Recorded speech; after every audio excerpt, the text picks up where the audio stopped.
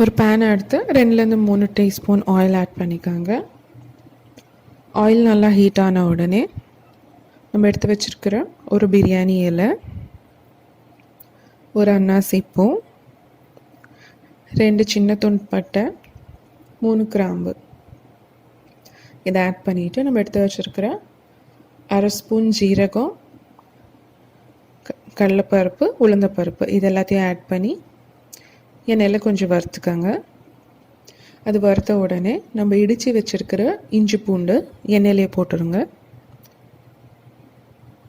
இஞ்சி பூண்டு வதங்கினதுக்கப்புறம் நம்ம மிளகா, கருவேப்பிலை ரெண்டுத்தையும் ஆட் பண்ணி வதக்கிக்கலாம்.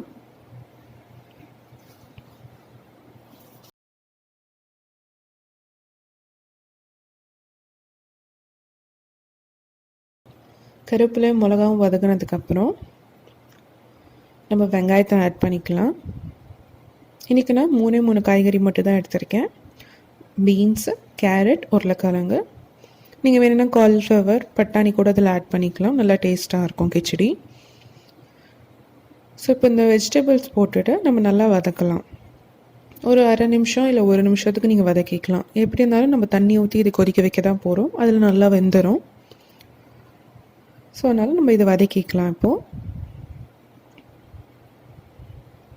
ஸோ இப்போ 1 நிமிஷம் வதக்கியாச்சு. நம்ம கட் பண்ணி வச்சுருக்கிற தக்காளி இது கூட ஆட் பண்ணி அதையும் நம்ம ஒரு 1லேருந்து 2 நிமிஷம் வதக்கிக்கலாம்.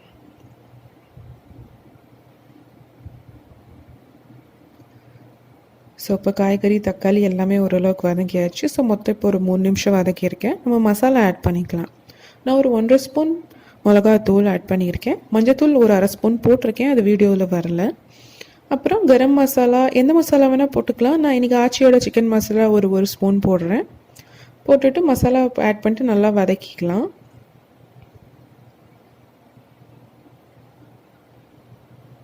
நல்லா வதங்கினதுக்கப்புறம் நம்ம தண்ணி ஆட் பண்ணலாம். நான் இப்போ ஒரு 1/2 சொம்பு தண்ணி எடுத்திருக்கேன். நான் கிச்சடி 3 பேருக்கு செய்கிறேன். ஸோ அதனால் அதுக்கு தேவையான தண்ணி நான் எடுத்துக்கிட்டு இருக்கேன். ஸோ இப்போ எல்லாம் மிக்ஸ் பண்ணிவிட்டு நம்ம தேவையான அளவு உப்பு போட்டுட்டு நம்ம மூடி வைக்கலாம். நல்லா கொதிக்கிற பதத்துக்கு நம்ம விடணும்.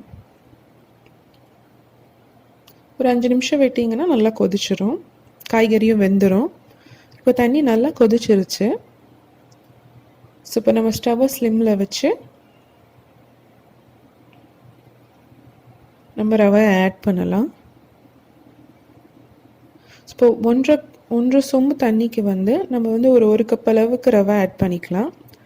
இப்படி பார்த்தீங்கன்னா மேலே உங்களுக்கு தண்ணி தேங்குற மாதிரி இருக்கணும். அப்போ தான் கிச்சடி நல்லா வேகும், வெந்து கொஞ்சம் தளதளன்னு வரும். ஸோ இப்போ மறுபடியும் ஸ்டவ் நீங்கள் சிம்லேயே வச்சுருங்க. வச்சுட்டு ஒரு லெட் வச்சு மூடிட்டு ஒரு 1/2லேருந்து 1 நிமிஷம் விட்டிங்கன்னா ஃபுல்லாக வெந்து வந்துடும் இந்த மாதிரி. இப்போ நீங்கள் லைட்டாக கிண்டுனீங்கன்னா உங்களுக்கு நல்லா ஒரு தளதளங்கிற ஒரு கன்சிஸ்டன்சியில் வரும். பார்த்திங்களா, நல்லா வெந்துருச்சு. இப்போ நம்ம இதில் கொத்தமல்லி இலை ஆட் பண்ணி நல்லா மிக்ஸ் பண்ணிவிட்டு விட்டுடலாம். ஸ்டவ் இப்போ நீங்கள் ஆஃப் பண்ணிடலாம்.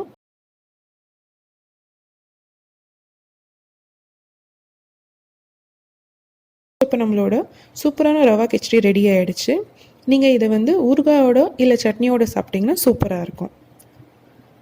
வீடியோ பார்த்ததுக்கு நன்றி.